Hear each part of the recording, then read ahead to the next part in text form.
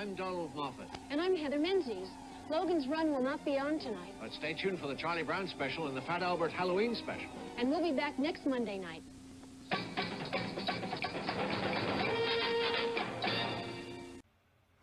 Please support the Word Balloon podcast by going to patreon.com/wordballoon.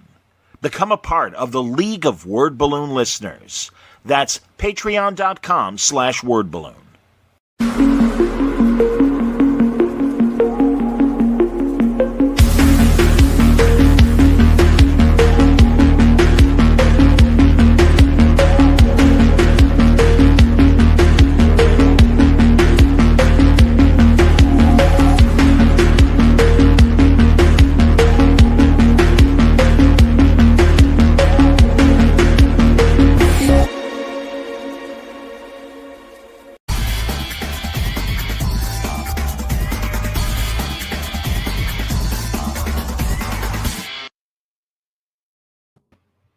Welcome back, everybody. It's time again for Word Balloon, the comic book conversation show. John Suntress with you. Happy to welcome Melissa Menta to Word Balloon. Now, Melissa is the co-host of the You Don't Know Peanuts podcast, which is the official Peanuts podcast. Welcome, Melissa. It's great to see you. Thank you. And I did like that that intro. It harkened me back to the CBS days, which we were on. The specials were on CBS for many years before they transferred to ABC. Yes, and of course the Apple connection as well. And I want to ask you about some of that cool program, the new stuff that's been on Apple. And forgive me, Melissa, I know you're a senior vice president with the Peanuts organization. Can you give me the full title? Sure. I'm the Senior Vice President of Global Brand and Communications, and I have been for so many years. I think this week is my anniversary week, actually. Congrats. I'll do 24 years with Peanuts. Wow. So I could have a grown child who could legally drink for as long as I've worked on Peanuts. That's terrific. And, of course, not only your anniversary, but this year is the 75th anniversary of the Peanuts strip. Amazing. You know? It is. I can't believe it. Again, 24 years at Peanuts. I've worked on so many different anniversaries. I can't believe I'm heading into the 75th anniversary of the brand. It's so exciting. You know, a lot of things are happening with the Peanuts brand globally, and I want to talk about a lot of it. But one comic-related question. I know for a while, Boom Studios was putting out new graphic novels and new Peanuts stuff. Is new comic strip or comic book related material, is it still being produced, and where can we find it if so? Well, we're not recreating the comic strip. That was all Charles Schulz. He created 18,000 strips for 50 years. Kind of what I always say, or what everyone always says, is the longest novel ever written. So we don't do that. But there's always new publishing and new stories. And obviously there's new animation on Apple TV Plus. So it's being refreshed all the time, but we keep the what we call the Bible of Peanuts, which is the comic strip. That's insular, and that was to Charles Schulz only. That makes sense. No, I understand that. But are there any current publishers that are is there anything to promote as far as new graphic novels? There's your cat. Yay, Jackson. Hello. Here you go. Can you hear me? My cat just muted me. I can hear you fine. Absolutely. Keep going. Sorry? Not at all. Oh my God, my cat just totally muted you. You said, I hope that your cat doesn't do something, and he just muted you. Okay. Which I think is hilarious. No, so yeah, any current, Simon & Schuster is our master publisher. Oh, great. So they create new stories, or they create new stories also based on the content that's on Apple TV Plus. So if you see something about Marcy, for example, then it'll become a book from Simon & Schuster as well. I should have done this. Oh, with Joe Cool telling me you're on mute. Favorite Zoom paddle of all time, and I should have done that when Jackson muted you. That is fantastic. God, now that's interesting because you mentioned Marcy, and I was wondering. There's this now, and you'll tell me if this is legit. Some of the girls at the end. Here's a bunch of the Peanuts girls. Not everybody. But, we got Frida. We got Sally, Lucy, Patty. We got Frida with her naturally curly hair. We have Heather, who is the little redheaded girl. Yeah. And now, how about these? All right, Peggy, Jonah, and Janice. I've never heard of them. I Peggy don't Jean. know who Janice is. I'm going to admit that I don't know who Janice is. Peggy Jean seems familiar, but what's amazing and great about this image is that we're really trying, after 75 years, obviously the two favorite characters are Snoopy, Woodstock, and the third, Charlie Brown, of course. But over the course of the next year or so, our goal is to really embrace the other characters of Peanuts, because they're so rich and so interesting. And so I love that you brought up the girls of Peanuts is what we call them. Yeah, absolutely. No, I was wondering, truly, there is such story opportunity that Sparky never went into with, a little tea party with all the girls or something like that, or and also like Violet and Patty and Yeah, that and that Snoopy weren't in the has picture. 4 siblings. Snoopy has 4 siblings. So I we I forgot we that. plan on exploring the siblings as well. So it's perfect that you brought this up. Oh, I'm so glad. That's fantastic. And also, listen, and it seems like he hasn't had love since the '60s. And the last time I saw him, he was sleepwalking in the big Linus and And you're like doing my marketing for me. Unrequited love is a common theme within Peanuts. Many of the characters have unrequited love.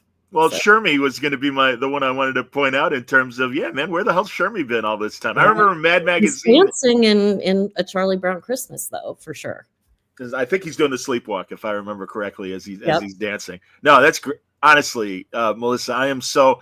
I think. Well, I guess I'm technically a second generation Snoopy and Charlie Brown fan, because I think I was born the year that a Charlie Brown Christmas debuted, 64. 65. 65. Okay, so yeah. Well, I was December 64, so it was still my first And year. this was the 60th anniversary of a Charlie Brown Christmas. So That is fantastic. we have double anniversaries whenever we celebrate. It's Charlie Brown Christmas and the actual brand or the comic strips anniversary. That's excellent. Now I know, like we started to say, first of all, you don't know Peanuts. I highly recommend this podcast. You and your co-host do a great job. You get great guests, and it just reminds everybody about the breadth of how influential Peanuts has been over these 75 years, and the different. I enjoyed a couple podcast episodes ago where you had the woman on, and she was talking about fashions and Peanuts, association with fashions over the years. Yeah, you don't know Peanuts, the untold stories is sort of my dream come true. I've worked on the brand for as long as I have. I'm honored to be on the board of the Charles M. Schulz Museum and Research Center. But I feel like over the last 25 years, I've heard all of these stories that aren't necessarily being captured because they're not necessarily about the comic strip, even though they are. But the history of Peanuts and fashion is so intriguing. And I think everyone who's listened to that episode on You Don't Know Peanuts says, that's amazing. I didn't know that. And I said, I know you didn't know that. That's why we wanted to do this podcast to tell you these amazing stories and why the brand is so rich and so full of so many crazy little tidbits. Now, I assume because I looked on my podcast listening schedule, is there? Do you drop new episodes on Tuesdays, or do you have one We tomorrow? do. What's tomorrow? We just wrapped up last week our season 2, so there's a little bit of a break, and then I'm gonna tell a secret. There's a surprise bonus episode that will drop sometime at the end of next week, because we have this exhibition opening up in Paris on March 22nd called Snoopy in Style, The History of Peanuts and Fashion. There's a secret news item that we're going to talk about in a little bit over a week that will drop. And then we'll start, and yes, we will start dropping regularly on Tuesdays. Okay, sounds good. And in the meantime, there's endless topics. I can think of just 10 off the top of my head right now. That's excellent, and I'm glad that the company sees the value in having this podcast. And I mean, it's relatively new. Like, how many episodes have you done so far? We're 10 episodes in. Yeah, so we started last fall. The first episode was with the head of the Macy's Thanksgiving Day Parade, because we have such a long history with Macy's. Snoopy's been in the parade longer than any other character. And we had Really?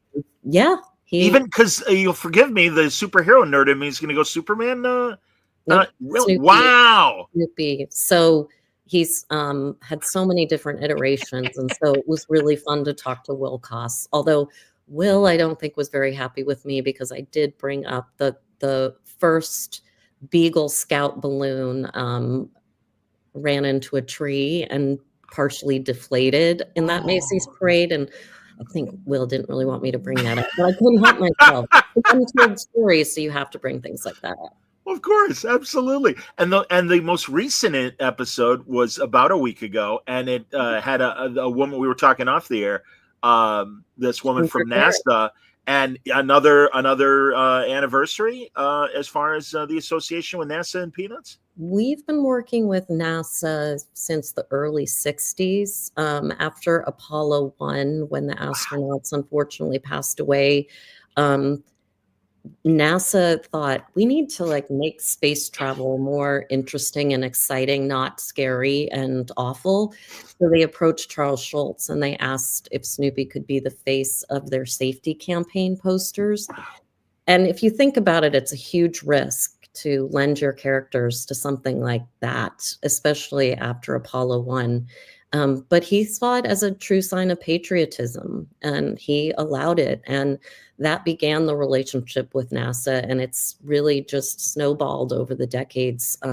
Apollo 10, which was the practice mission to the moon, was named after Charlie Brown was the command module, and Snoopy was the lunar module. And Snoopy snooped around the moon to find the location for Apollo 11 to land.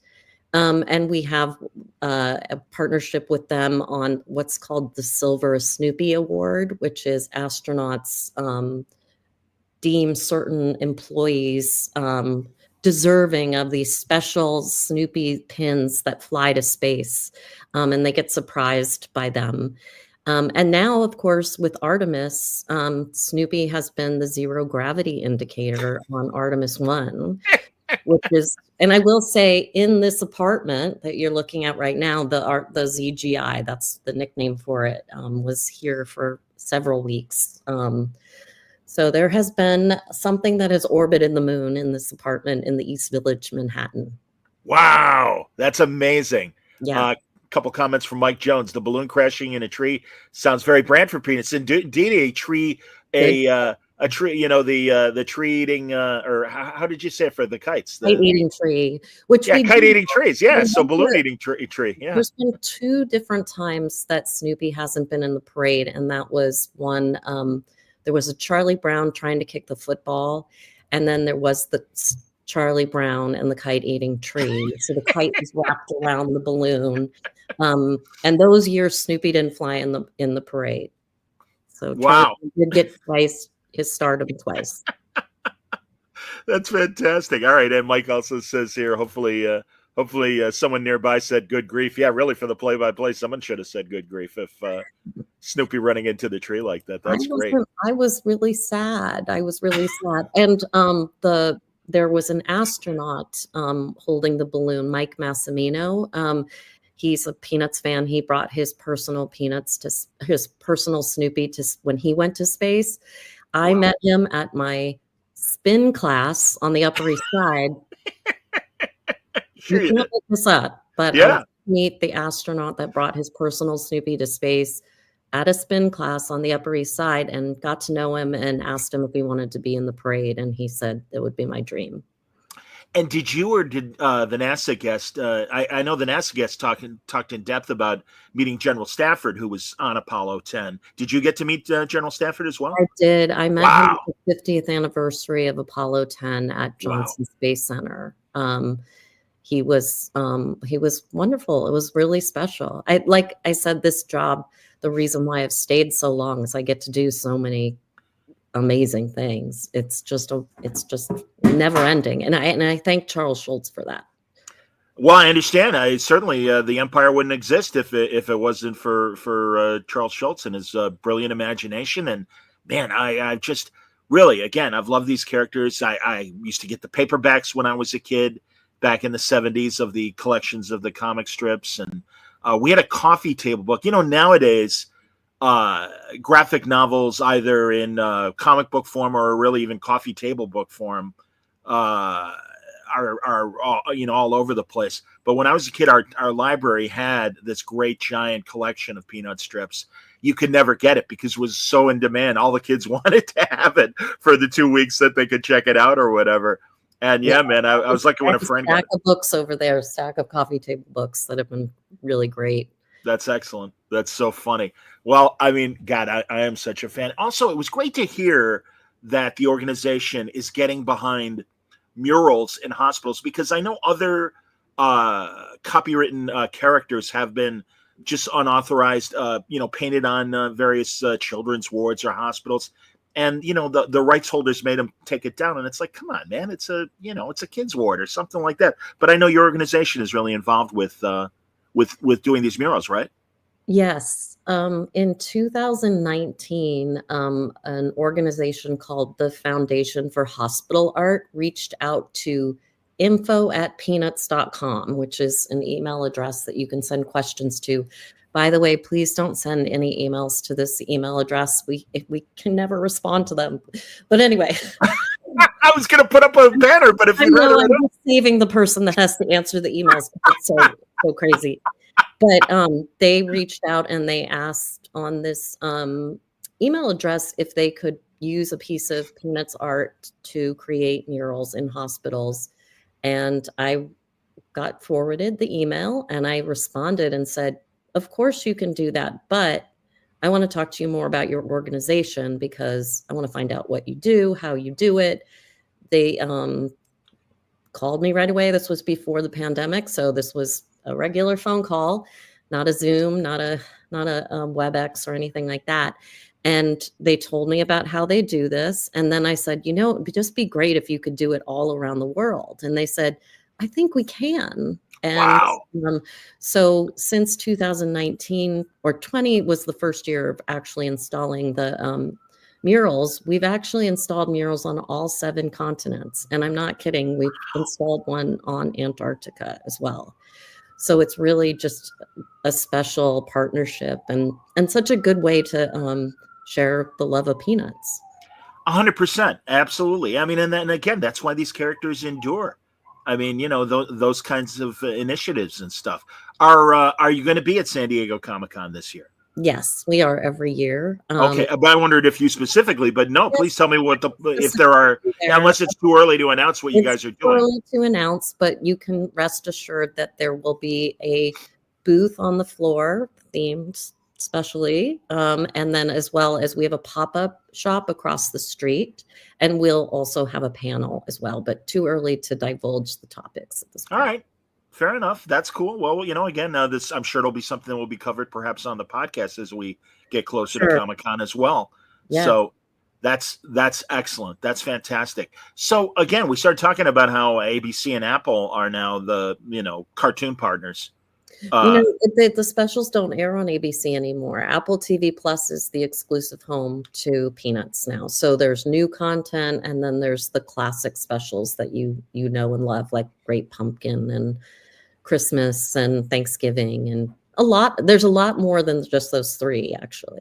Would you and I don't know if you'll remember the details, but mentioning the Thanksgiving one, Peppermint Patty is so the star of the Thanksgiving Charlie Brown special, and I've always loved it as a kid, and I still love it. But I heard that the meal that Snoopy cooks up is the star too. Oh, that's true. Yeah, the popcorn and toast, absolutely. Yeah. Where are the mashed potatoes? Come on. Yeah, popcorn and toast and jelly beans. But back to the Peanuts in fashion and Peanuts in style and everything. Wasn't there that great story about school dress codes and Peppermint Patty? It's incredible. So just to give your viewers the history. So Peanuts has been involved in fashion since the 60s. And a woman named Connie Boucher drove up to Santa Rosa and introduced herself to Charles Schulz and said that she wanted to do a calendar or a day planner. And then she ended up doing the Happiness is a Warm Puppy book. But what she really is, in my mind, most famous for is that she brought fashion to Peanuts, and she invited every single famous designer you can possibly imagine in the 80s to dress Snoopy and his sister Belle. So I said Snoopy has 4 brothers, but he also has his sister Belle. And every designer did an outfit, and the dolls traveled the world. They were in the Louvre in France, they were in Tokyo, and we've traveled them around the world ever since, and we've been adding new designers. And it's that podcast episode really covered something that I also think is untold, which is the story of this woman, Connie Boucher. Excellent. No, well, there was a story about dress codes, and maybe we want to direct Yes, people. and I'm sorry. Okay. Yeah, please. Part of the exhibition that's being written, that has been written by the Charles M. Schulz Museum, that's going to be in Paris, talks about the history of the Peanuts characters and their fashion. And one of them is that Peppermint Patty always wanted to wear pants, but that was before you could wear pants in the US as a girl to school. So it's just a really fun story about Peppermint Patty and her independence. No, that's what makes her interesting. I really God, and I've read biographies of Charles Schulz, and just the psychology behind some of the characters is really fascinating. And I don't know how much of it really came from Sparky himself, and how much of it is imprinted by the people that have been writing these kind of histories of the characters and the like. I think that Sparky was the sole creator of Peanuts. And so everything that he created came from him, but it might have been impressed on him by somebody else. So they always say, like, his son Craig was dirty as a kid, so that might have inspired Pigpen. And he had different relationships with, Lucy's bossy. So he had different relationships with women that might have been bossy. He had a friend named Charlie Brown. He had a friend named Linus Marr. But I think he would have said they're all from him. But obviously, when you look around in his environment, you can see how he was influenced. And Van Pelt, right? Was Linus and Lucy's last name, right? Aren't they the Van Pelts? Yeah. Was that another friend of Schulz? There's even characters named after his phone number. So there's 6. But some of the characters dancing in A Charlie Brown Christmas are named after his phone number. I forgot about 6. Absolutely. Yeah. That's hilarious. Oh my God. No, honestly. And then, there's of course, even a cat. I don't know if you know. So I like my cat better, but there is a cat in Peanuts. I didn't remember that. No. And he's popular in Japan. His name is Farron. Is that Frida's cat? Who owns the cat? Okay. Yeah. Now that you say it, sure. Okay. Yeah. Oh, this is great, man. No, you're reigniting a lot of my own knowledge. We should do an untold story about Farron the cat on our podcast. That's fantastic. And also, now, how big of a deal was it when Franklin joined the group and everything? And it's great that it happened, but it almost seems like Franklin took Shermie's place, as I was. It was a really big deal. I think with regards to Shermie, I think when Sparky created characters and then he didn't feel like they were necessarily part of the storyline, they just sort of faded. And so you can see Shermie's not the only one that faded out. There was a character named Patty as well, who also later on didn't really come up in the strip. But Franklin is a unique story because he was inspired by a woman who wrote letters to Charles Schulz after Martin Luther King was assassinated, who said she thought that a character of color should be put into the Peanuts comic strip to sort of quell the waters and unite the country. And he didn't really feel comfortable doing that, to be honest. And the reason why was, he said, I don't want to be offensive to people of color, that this is a token character. It doesn't feel right. And she just kept writing him and explaining, no, I don't think so. And then she had friends of hers write him. And finally, he was convinced, and Franklin appeared. He wrote, I think his last letter to this woman, her name was Harriet Glickman, was look at the comic strip on this day. And it was the debut of Franklin, which was also interesting because he had to figure out how to introduce a new character who didn't necessarily live in the neighborhood. And so where do you meet friends? You meet them sometimes on the beach. And so Charlie Brown loses his beach ball, and Franklin finds it in the water and picks it up and says, here's your beach ball. And that's how they become friends, which is a really genius way, if you think about it, on how to introduce that character. That's fantastic. Absolutely. And again, going back to NASA, it was always, listen, we all loved Snoopy and the Red Baron.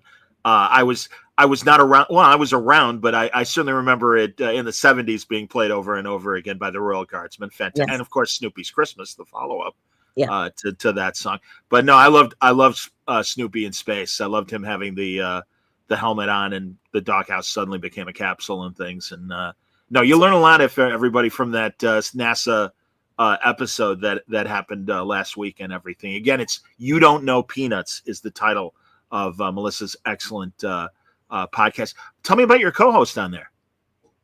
My co-host is a journalist. So Santa Rosa has a newspaper called the Santa Rosa Press-Democrat. And I had been wanting to do a podcast for the last several years and couldn't quite figure out how to get it off and done. And then coincidentally, somebody from the Press-Democrat wrote to Jeannie Schultz, Charles Schultz's widow, and said, we're the hometown of Peanuts. We should have a podcast. And she wrote to me and said, what do you think? And I was like, only if I can be the host. Been my idea for a while.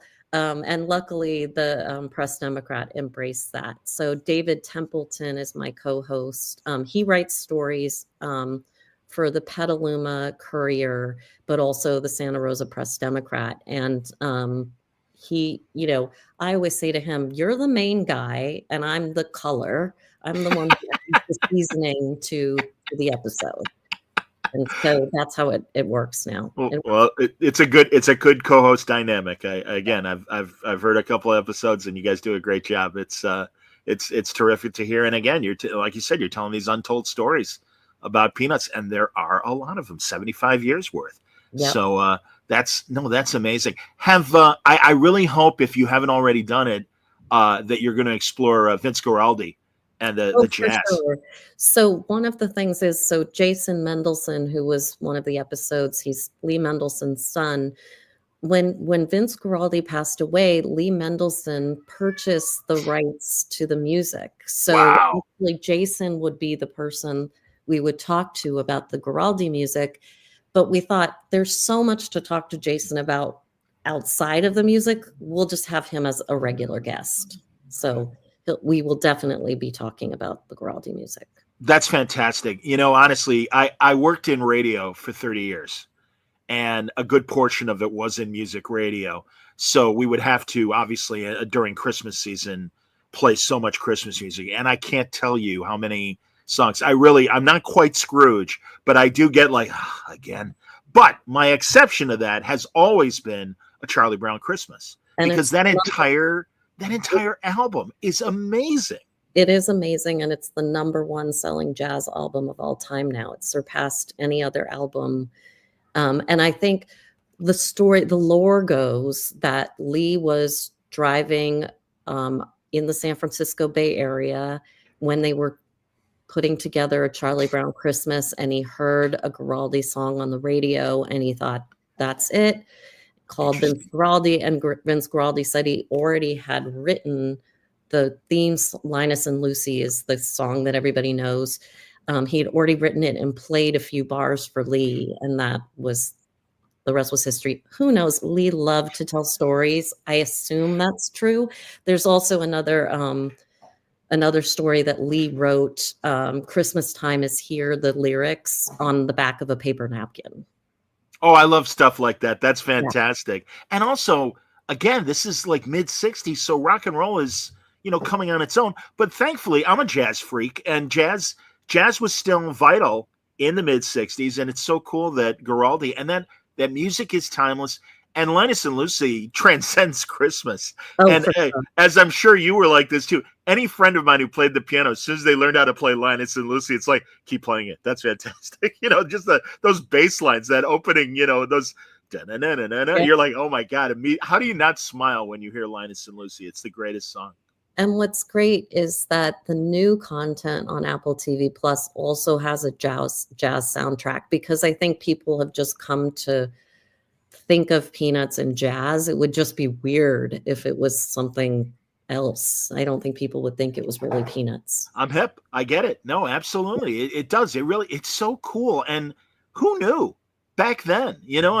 How, again, in the case of Charlie Brown Christmas 60 years later, but also, just all of Sparky's great strips and everything. My God, we're still enjoying them. And it's 18,000 strips. Yeah, it's a little bit less than 18,000, but what I always say is I think it's transcended time, because it really is just human emotions, and we're all human, so we can still relate to it. We don't have to sorry, I don't mean to offend you. We don't have to like superheroes or, It's okay.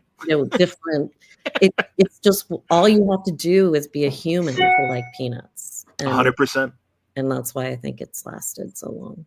No, that's okay. I don't know if Schultz ever did any superhero tie-in strips with, I don't know if Snoopy ever became a superhero or anything like that. Not really. No.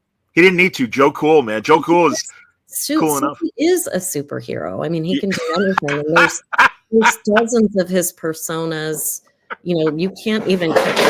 Oh no! Oh no, Jackson! What did you break? Oh no! You just opened the door of my cabinet. Oh, by all means, quite all right, Melissa. That you see, this is what happens when you have pets. It's quite all right. Poor thing. Oh. It's not dinner time. Snoopy would be scared of Jackson, though. Snoopy doesn't like cats. So, are there interactions with Frida's cat? He's afraid of cats. That's like one thing. Like Snoopy's not afraid of anything except cats. That's his kryptonite. That's fantastic. Yeah, hilarious. Regarding the strips, because really, we all know, and I don't know how globally newspapers are doing, but certainly in the U.S., massive decline. Does the strip still run in newspapers, and does it run still in the States? It absolutely still does. But what I think is so amazing about it is that if you think about it, social media is the current comic strip newspaper. Yeah. An Instagram carousel of 4 panels is actually how people are digesting the strip now. They're digesting it in newspapers. You still can definitely read it, but on social media is where you find fans really engaging with it. And it's also interesting. We have more engagement on social media than most Disney channels has, because again, it's that relatable human emotion, these little small messages that work so well on Instagram, even on TikTok. It's really been fun to kind of share the strip through social media as different platforms have developed. I know that other publishers have put out the complete Peanuts, in hardcover, and from the start. And I don't even know what volume. Graphics, and they finished in 2015 or 16 the last publication. And actually, Barack Obama wrote the introduction for that. Oh wow, that's fantastic! Wow. So when they appear now, are they I wonder how that the decision making of what eras to how far back do you go? How they don't go back completely to the 1950s because the characters look so different then, but they do go back. I believe they start. I'm gonna make a mistake if I say what year they start, but they don't go completely back. But I know they plan and they read. They go in sequential order. But they read some might not necessarily resonate today. Most do. 99.9% of the strips resonate today. Every once in a while, one doesn't.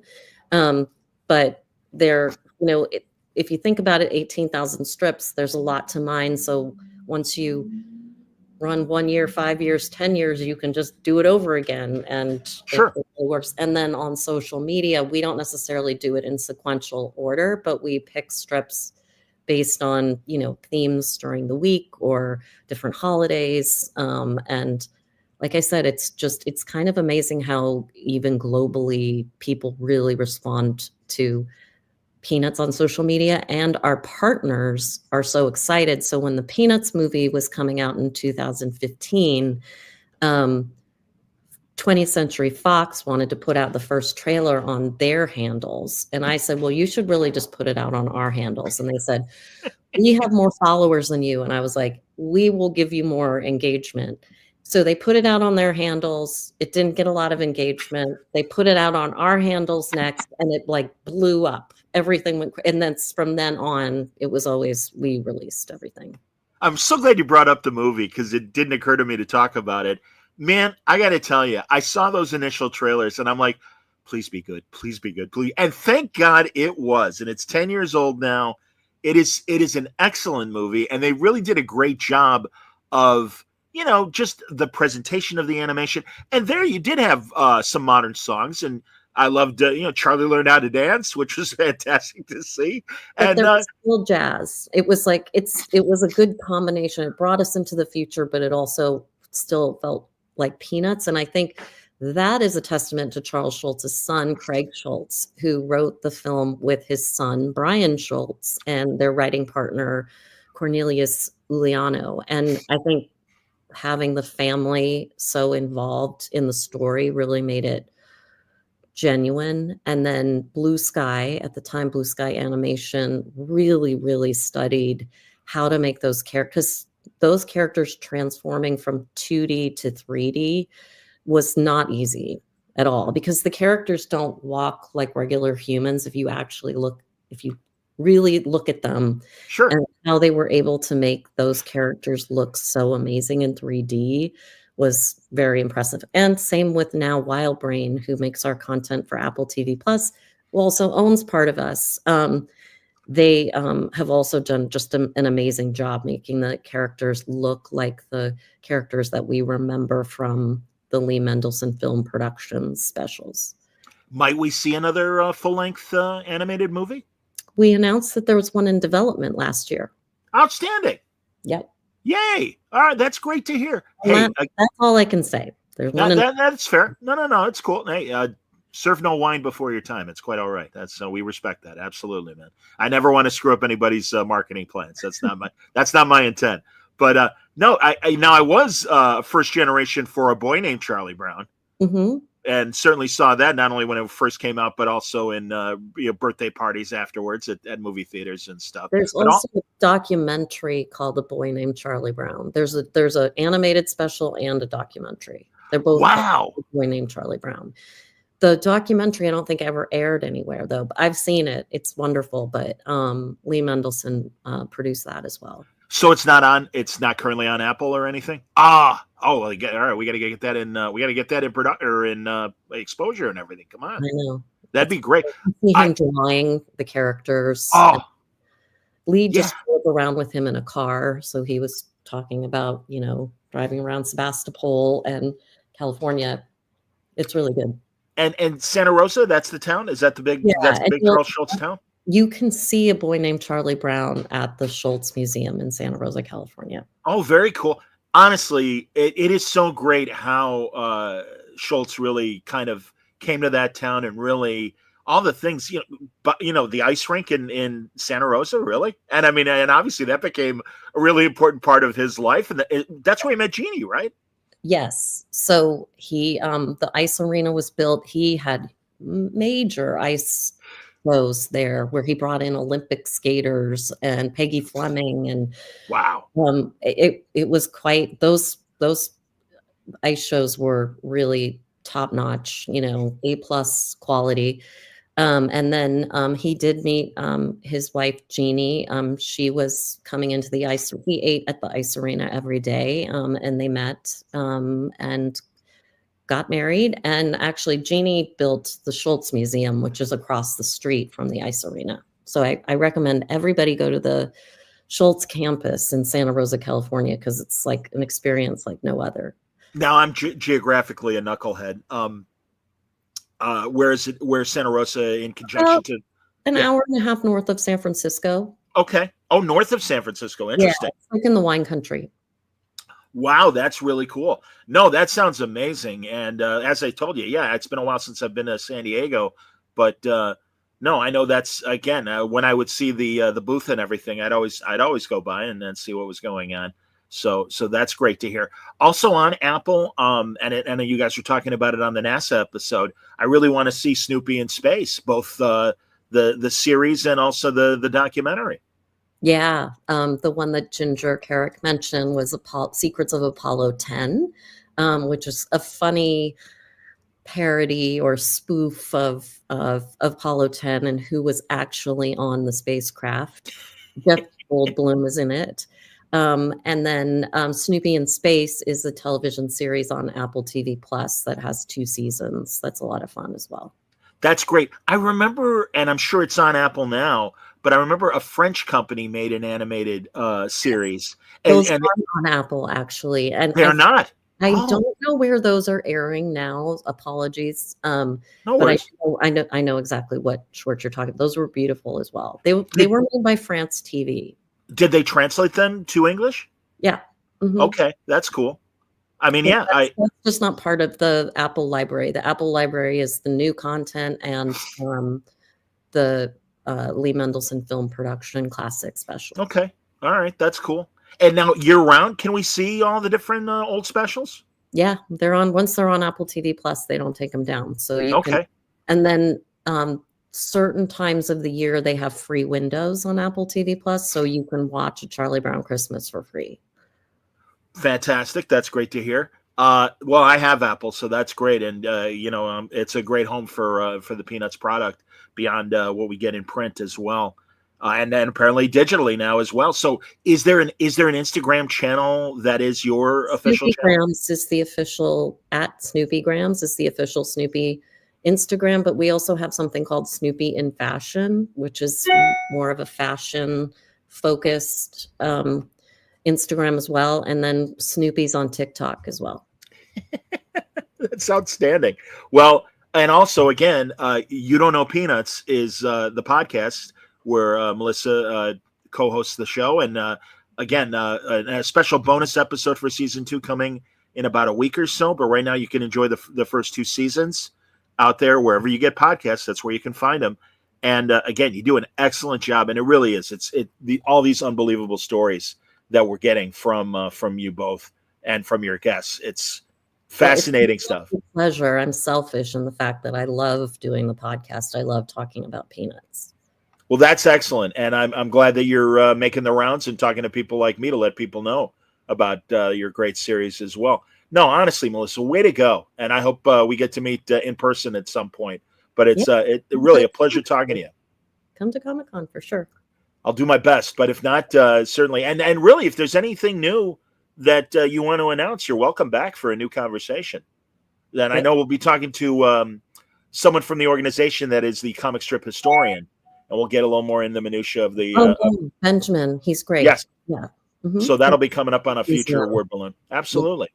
But everybody, thanks for watching and listening. I hope you enjoyed. I hope you check out Melissa Menta's great work on You Don't Know Peanuts podcast. And it sounds like the organization is in good hands with everybody, and everybody's doing a hell of a job with Charlie Brown, Snoopy, and the gang. So thank you for keeping the spirit alive. Thank you so much. Thanks everybody for watching. Going to take tomorrow night off, but hopefully Brian Hitch joining me for a new Word Balloon this week. We'll be talking about some of his great work in comics. So until then, everybody stay safe, stay happy, stay healthy.